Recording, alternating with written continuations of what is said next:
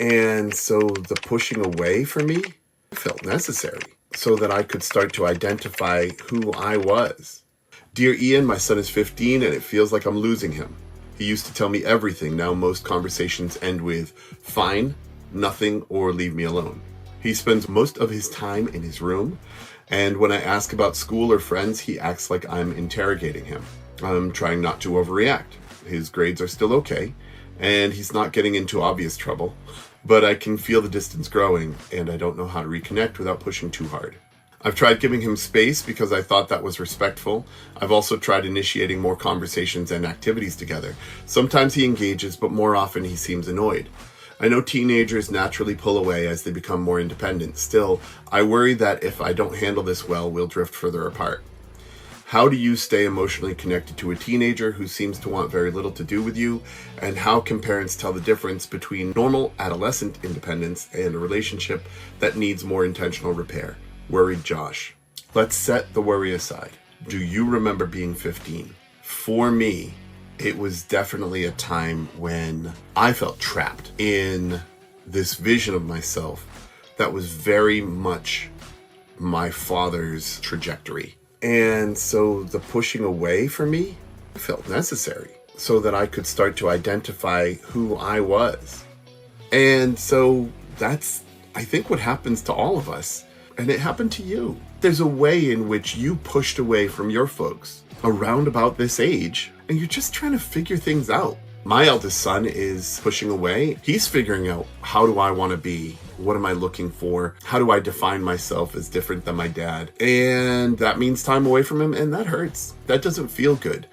But is that what your son needs right now? It takes a village to raise a child. So does your son have those other people in his life that you trust to look out for him, to care for him, to challenge him when necessary?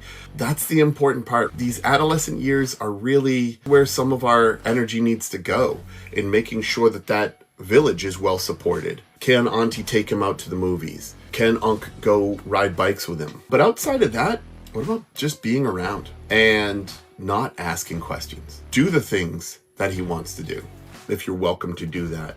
Most of his time in his room, where does it become private time?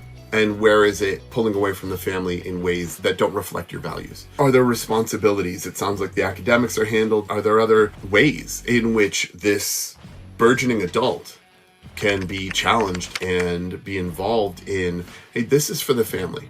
It's not for me. It's for you building the skills so that when you're an adult, you can take care of these things for yourself. And you get to put it in front of them and be as present in that process as you want to be. Hey, we're mowing the lawn. Do you know how to start the mower? Got it, I'll figure it out. Stand back, see how it goes. Just let them struggle. But know that this is something that as adults, we do. The dinner always needs to get made. The groceries always need to get purchased. That's adult stuff. And if you want adult responsibilities, you want to be treated like an adult, hey, be part of the adult team. And I'm here to help you with that.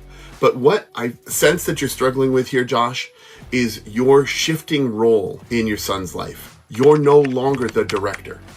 You're no longer the decider.